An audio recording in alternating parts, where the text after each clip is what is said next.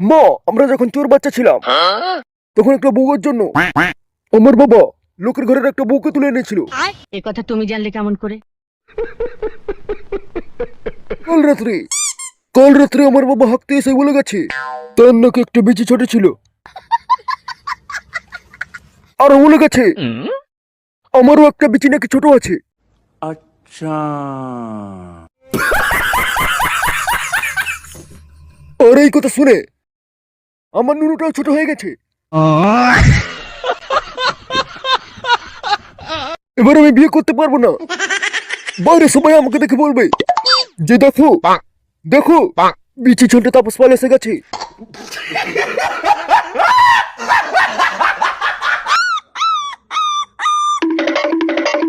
মা, এখন আমি কি করবো মা?